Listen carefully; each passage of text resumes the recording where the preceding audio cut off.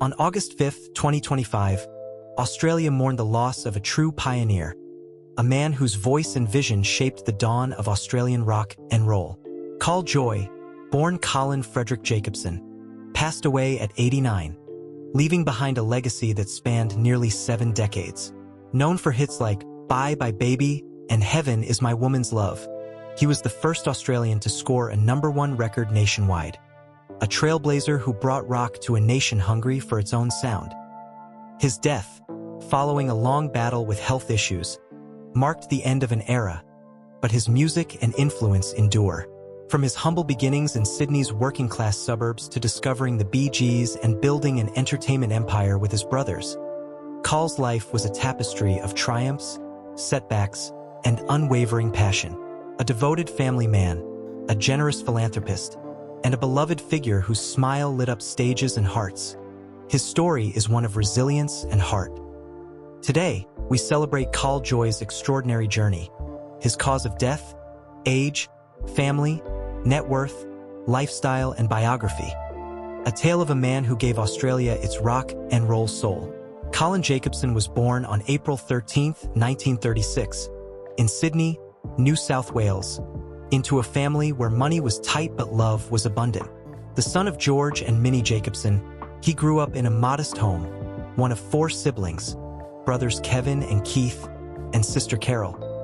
His childhood was shaped by the post-war grit of Sydney's suburbs, where he and his brothers would kick a ball in the streets or tinker with music in their spare time. At 14, Col left Temple High School to help support the family, taking a job as a jeweler or salesman. But music was his true calling. By 1957, at 21, he joined his brother Kevin's band, the KJ Quintet, playing rock and roll at local dances in movie theaters. A clairvoyant suggestion led Colin to adopt the stage name Col Joye, and when the band landed a gig at the Manly Jazzarama, they became Col Joye and the Joy Boys, with Keith joining on bass. Those early days were electric, filled with the raw energy of youth and the thrill of a new sound sweeping Australia. Col's warm voice and boy-next-door charm made him a standout, a beacon in a music scene dominated by American and British acts. In 1959, Col Joye's star soared.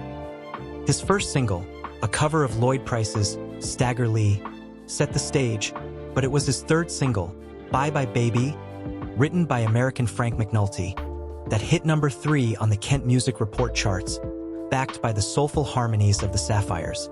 That same year, Oh Yeah Ha rocketed to #1, holding the top spot for 4 weeks and making Col the first Australian to achieve a nationwide chart-topping hit. Songs like Rockin' Rollin' Clementine and Yes Sir, That's My Baby followed, cementing his place as a rock and roll pioneer. He became a regular on Brian Henderson's Bandstand, charming audiences for 14 years with his clean-cut image, a contrast to the wild energy of Johnny O'Keefe. In October 1959, Col and the Joy Boys performed at Lee Gordon's Rock and Roll Spectacular at Sydney Stadium, footage later rediscovered in 2020 for the film Rock and Roll. Touring with bandstand acts like Judy Stone and Little Patty, Col brought rock to every corner of Australia. In 1960, he wrote Bad Man for Conway Twitty, a top 20 hit, showcasing his songwriting talent. Those years were a whirlwind of success, as Col's voice carried Australia's rock dreams to the world. The 1960s brought both glory and challenges. Col and the Joy Boys became the first Australian rock band to hit the American Billboard charts in 1959, touring the US, with Billy Thorpe and the Aztecs. But the British invasion, led by the Beatles, shifted the music landscape, dimming Col's chart success. Undeterred, he diversified, performing ballads and later country music. In 1961, while in Surfer's Paradise, Col discovered 3 young brothers, Barry, Robin, and Maurice Gibb, performing as the Bee Gees. He signed them to Joy Music, and their vocals graced his 1963 single Starlight of Love. In 1966, he performed for Australian troops in Vietnam near the Battle of Long Tan, a moment of pride he later called humbling.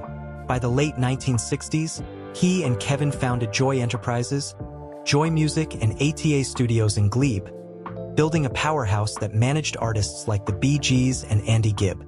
Their business acumen shone, but Col's heart remained on stage, where his performances radiated warmth.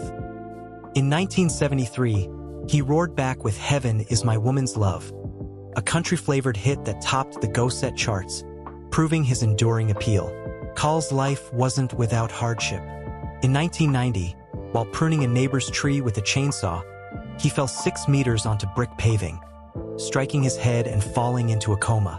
The accident left him with serious back and shoulder injuries, and doctors gave a grim prognosis. Yet, Col's resilience shone through.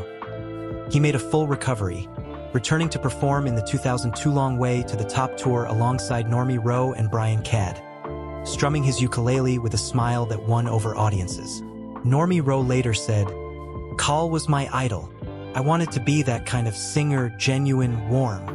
The accident led Col to retire from regular performing, but he never left music, occasionally taking the stage for special events. His entrepreneurial spirit also faced trials. In 2012, a Family Feud tour apart Jacobson Entertainment, sparked by tensions over the roles of Col's daughter Amber and Kevin's son Michael in managing the Dirty Dancing musical. The dispute led to lawsuits and Kevin's 2011 bankruptcy, a painful chapter for the brothers who had built an empire together. Yet, Col's generosity endured, as he quietly supported charities and mentored young artists. Col's lifestyle was a blend of modesty and passion. His net worth, estimated at $2 to $10 million in 2020, came from his music career, record sales, and the success of Joye Enterprises and Jacobson Entertainment. Unlike modern celebrities, Col lived simply in Sydney, driving a modest Holden Commodore rather than flashy cars. He loved spending evenings at local pubs, sharing stories with fans, and was often seen at Sydney's beaches, where he'd surf in his younger years. His home was a treasure trove of memorabilia. Gold records, a 1998 Australia Post stamp honoring "Oh Yeah Huh," and his Maton guitar, which he gifted to Normie Rowe in his later years, saying, "I won't be needing it on stage anymore." Col was a philanthropist, supporting children's hospitals and music programs, often performing at benefit concerts without fanfare. His love for music extended to collecting vintage records, and he'd spend hours at home listening to Elvis Presley and Johnny Cash, influences that shaped his sound. His life was grounded by family and community, a reflection of his working-class roots. Family was Col's heart.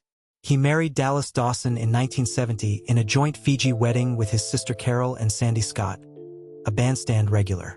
Together, Col and Dallas raised 2 children, Clayton and Amber, who grew up surrounded by music. Amber joined Jacobson Entertainment in 1997, while Clayton pursued a career outside the spotlight. Col's brothers, Kevin and Keith, were his musical partners in the Joy Boys, and sister Carol managed bandstand acts like Sandy Scott. In 2013, a pilot named Malcolm Hansman claimed to be Col's son from a past relationship with his mother, Ingrid, but Col declined a DNA test, and the matter faded quietly. Col's devotion to Dallas and his children was unwavering. He often spoke of family dinners where they'd laugh over old bandstand tapes. Little Patty, who performed with Col in Vietnam, recalled his warmth. He loved everybody, and everybody loved him.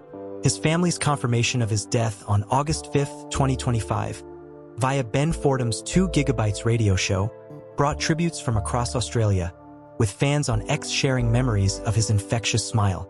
Col's final years were marked by health struggles.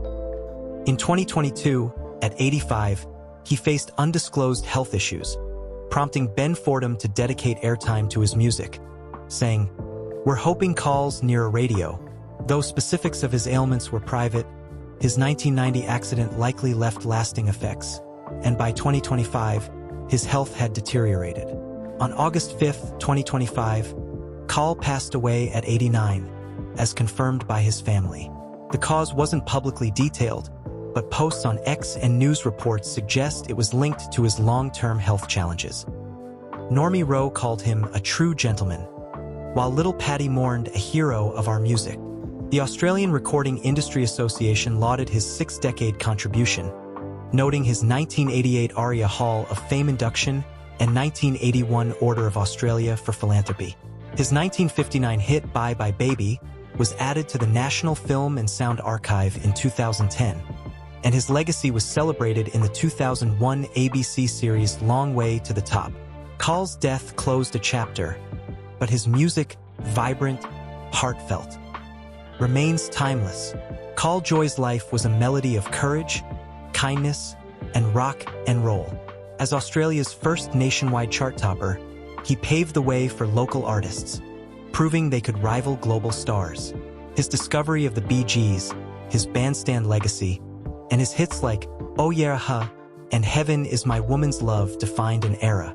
Despite the British invasion, a near-fatal accident, and family feuds, Col's spirit never wavered. He performed for troops in Vietnam, mentored young musicians, and gave Australia a sound to call its own. Survived by Dallas, Clayton, Amber, and a nation of fans, his legacy lives in every chord of Australian rock. Normie Rowe's words ring true. He was the singer I wanted to be. If Col Joye's story of passion, perseverance, and love for music has moved you, please like this video and subscribe to our channel. Let's keep his music alive, a rhythm that still rocks Australia's soul. Thank you for joining us in celebrating Col Joye's extraordinary life.